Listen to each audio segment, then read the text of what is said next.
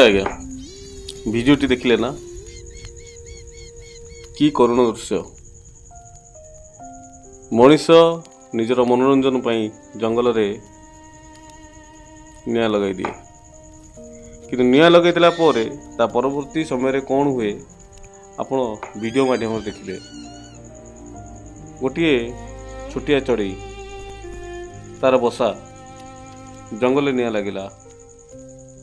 ମା ଚଢ଼େଇ ଅଣ୍ଡାକୁ ଜଗିଛି ଏବଂ ପୁରୁଷ ଚଢ଼େଇ ଖାଦ୍ୟ ସଂଗ୍ରହରେ ଯାଇଛି, କିନ୍ତୁ ପୁରୁଷ ଚଢ଼େଇ ଯେତେବେଳେ ଖାଦ୍ୟ ନେଇ ଫେରୁଛି ସେତେବେଳେ ଦେଖୁଛି ବସାରେ କିଛି ନାହିଁ, କେବଳ କଙ୍କାଳ।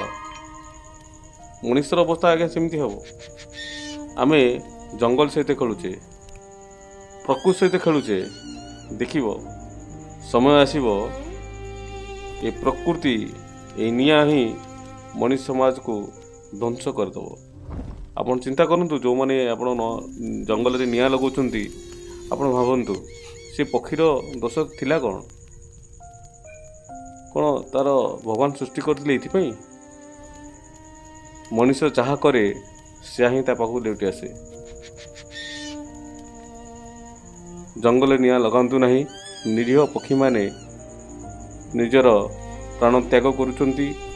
ପ୍ରାକୃତିକ ଦୁର୍ବିପାକର ଆମେ ସମ୍ମୁଖୀନ ହେଉଛେ। ଦୟାକରି ଜଙ୍ଗଲରେ କେହି ନିଆଁ ଲଗାନ୍ତୁ ନାହିଁ। ଏ ପକ୍ଷୀର ଅବସ୍ଥା ଭଳି ଆମର ମଧ୍ୟ ଅବସ୍ଥା ଆସିବ। ବାଧ୍ୟ ହୋଇ ଆମେ ନିଆଁରେ ଧାସ ଦେଇ ନିଜର ପ୍ରାଣ ହରାଇବାକୁ ମଧ୍ୟ ପଛେଇବାନି। ଦେଖନ୍ତୁ ପୁରୁଷ ଚଢ଼େଇଟି ଶେଷରେ କ'ଣ କରିଛି? ଖାଦ୍ୟ ନେଇକି ଆସିଛି, ଯେତେବେଳେ ଦେଖିକି ତାର କେହି ନାହାନ୍ତି, ଶେଷରେ ସେଇ ନିଆଁରେ ହିଁ ସେ ନିଜକୁ ଜାଳି ଦେଉଛି। ଦୟାକରି ପ୍ଲିଜ୍ ପ୍ଲିଜ୍ ପ୍ଲିଜ୍ କେହି ବି ଜଙ୍ଗଲରେ ନିଆଁ ଲଗାନ୍ତୁ ନାହିଁ। ଦେଖନ୍ତୁ ଆପଣଙ୍କର ଛୋଟିଆ ଭୁଲ, ଛୋଟିଆ ଚିଙ୍ଗାରି ବର୍ତ୍ତମାନ କିଭଳି ଭାବରେ ଜଙ୍ଗଲ, ପଶୁ, ଜନ୍ତୁ, ବୃକ୍ଷଲତା ସମସ୍ତଙ୍କୁ ଜାଳି ପୋଡ଼ି ଧ୍ୱଂସ କରୁଛି। ତା ସହିତ ପୃଥିବୀର ତାପମାତ୍ରା ମଧ୍ୟ ବଢ଼ୁଛି, ବାୟୁ ପ୍ରଦୂଷଣ ମଧ୍ୟ ହେଉଛି। ଏହି ତାପମାତ୍ରା ଏବଂ ବାୟୁ ପ୍ରଦୂଷଣ ଏ ମଣିଷ ସମାଜକୁ ଧ୍ୱଂସ କରିଦେବ। କେବଳ ରହିଲା ଅପେକ୍ଷା, ଅପେକ୍ଷା ହିଁ ହେବ ଅନ୍ତ।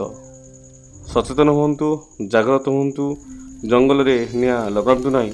ନହେଲେ ଆମେ ମଧ୍ୟ ଘରେ ଶୋଇଥିବା ଏହି ଜଙ୍ଗଲ ନିଆଁ ଘରେ ପଶି ଆମକୁ ମଧ୍ୟ ଜଳି ପୋଡ଼ି ପାଉଁଶ କରିଦେବ। ରହୁଛି। ଶୁଭରାତ୍ରି। ଜୟ ଜଗନ୍ନାଥ।